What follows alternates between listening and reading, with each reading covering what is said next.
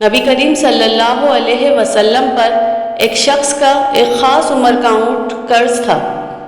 وہ شخص آپ صلی اللہ علیہ وسلم سے تقاضا کرنے آیا تو آپ صلی اللہ علیہ وسلم نے فرمایا کہ اسے اونٹ دے دو۔ صحابہ نے تلاش کیا لیکن ایسا ہی اونٹ مل سکا جو قرض خواہ کے اونٹ سے اچھی عمر کا تھا۔ آپ صلی اللہ علیہ وسلم نے فرمایا کہ وہی دے دو۔ اس پر اس شخص نے کہا کہ آپ صلی اللہ علیہ وسلم نے مجھے میرا حق پوری طرح دیا، اللہ آپ صلی اللہ علیہ وسلم کو بھی اس کا بدلہ پورا دے۔ آپ صلی اللہ علیہ وسلم نے فرمایا کہ تم میں بہتر آدمی وہ ہے جو قرض ادا کرنے میں بھی سب سے بہتر ہو۔ جابر بن عبداللہ رضی اللہ عنہ نے خبر دی کہ ان کے والد عبداللہ رضی اللہ عنہ احد کے دن شہید کر دیے گئے تھے۔ ان پر قرض چلا آ رہا تھا۔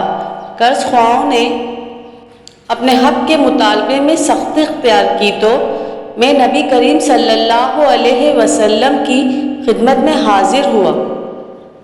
آپ صلی اللہ علیہ وسلم نے ان سے دریافت فرما لیا کہ وہ میرے باغ کی کھجور لے لیں اور میرے والد کو معاف کر دیں، لیکن قرض خواہوں نے اس سے انکار کیا تو نبی کریم صلی اللہ علیہ وسلم نے انہیں میرے باغ کا ایک میوہ نہیں دیا اور فرمایا کہ ہم صبح کو تمہارے باغ میں آئیں گے۔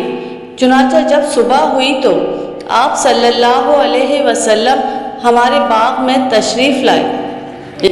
آپ صلی اللہ علیہ وسلم درختوں میں پھرتے رہے اور اس کے میوے میں برکت کی دعا فرماتے رہے۔ پھر میں نے کھجور توڑی اور ان کا تمام قرض ادا کرنے کے بعد بھی کھجور باقی بچ گئی۔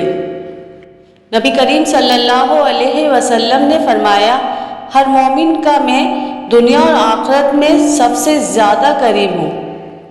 اگر تم چاہو تو یہ آیت پڑھ لو، نبی مومنوں سے ان کی جان سے بھی زیادہ قریب ہے۔ اس لیے جو مومن بھی انتقال کر جائے اور مال چھوڑ جائے تو چاہیے کہ ورثہ اس کے مالک ہوں، وہ جو بھی ہوں، اور جو شخص قرض چھوڑ جائے یا اولاد چھوڑ جائے تو وہ میرے پاس آ جائیں کہ ان کا ولی میں ہوں۔